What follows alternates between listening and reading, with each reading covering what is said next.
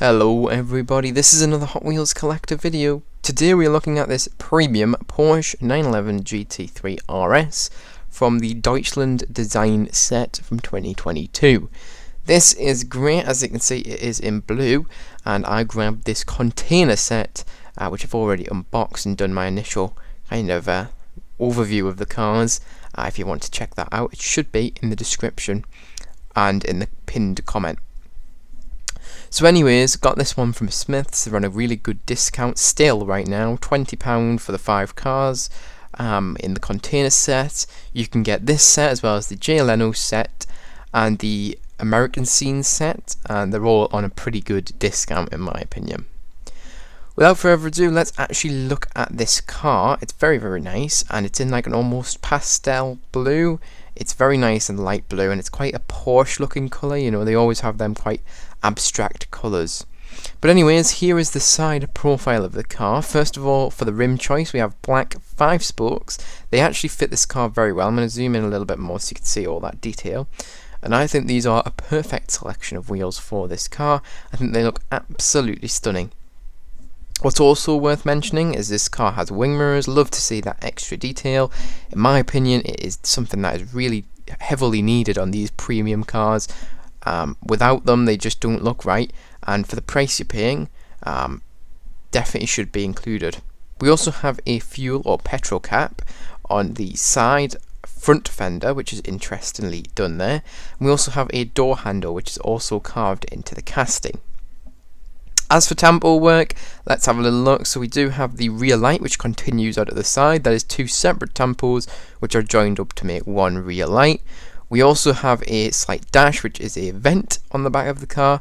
It's very nice extra detail there. That really does add to the look of this car.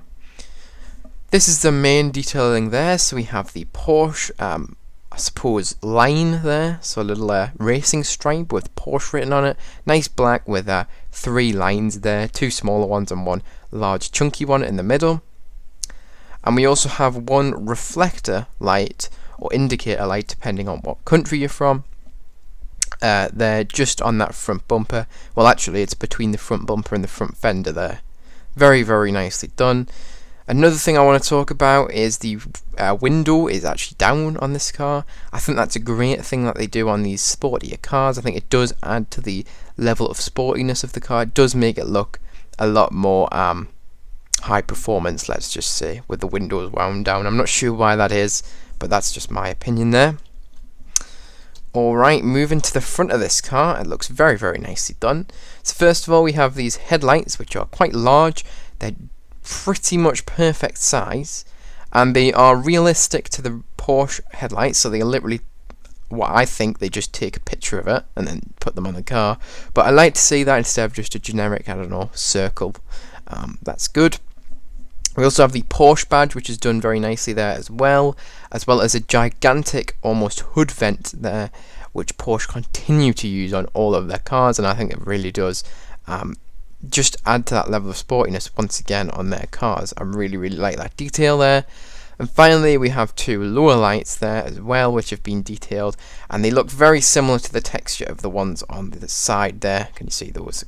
There, they are very similar, and maybe they're even just scaled up. I'm not entirely sure on that. There's the front, the front bumper. We have a lot of cutouts which are meant to be vents, and we also do have a little bit more tampo work there, as you can see. 2 smaller vents to the main grille, the left and the right. We also have 2 extra vents on the left and the right as well, which are actually part of the casting as well as the main grille, but those little dash lines there are tampo, not actual cast holes. We also have a little front splitter or front lip that is created using the black metal base. Very, very nice use of that. It really does again add to that level of realism, and it acts as a very nice colour split, which is phenomenally done there. This windshield also does have front wipers, which is really, really nice to see.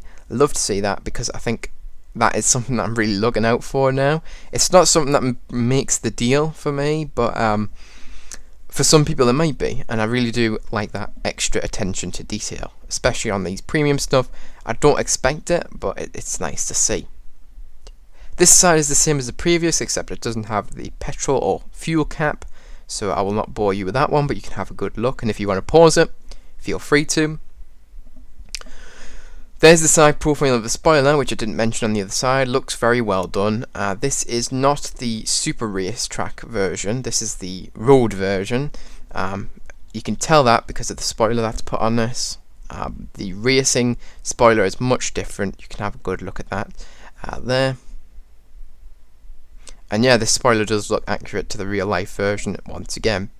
Talking about the rear detailing then, so you can see those vents there, a little bit easier on the rear, which are on the rear bumper. And then further up we have tail lights, which I've already mentioned, but they continue onto the rear trunk. We also have the GT3 RS badging, as well as 3 vents, one larger one in the middle and 2 smaller, one to the left of the larger one and one to the right of the larger one. We also have 2 center positioned exhausts, very nicely done. They are once again created using the black metal base, and it's nice to see that detail coming through. And there's that spoiler once again, as you can see. I'm just mentioning that again. Looks very nicely done. As for the top of the car, there is no tamper work on there to talk about, but you can have a little look at the top profile of the car there if you wish. Okay, let's bring it back around and give my opinions on this one. So, my opinions on this car, I think this is an absolutely awesome one. I think it might be, it's definitely one of my favourites. I think this is my second favourite, or maybe my third, it depends. That Sprinter van's really cool. I wasn't expecting much from the Sprinter van, but honestly, it's really awesome. The Mercedes in silver is my favourite, or grey is my favourite, I think, but we haven't actually opened that one yet, so things might change once I actually get to looking at it. Anyways, out of 10, what do I rate this car, or casting? This is a great one. I'm going to be giving this one a solid 9 out of 10. Really nicely done. Almost, in fact, you know what? I'm going to do it. 10 out of 10. There isn't any details that I'm missing. So actually, yes, it deserves the 10 out of 10, I think. Let me know what your thoughts are on that. Maybe you might disagree, or maybe you agree.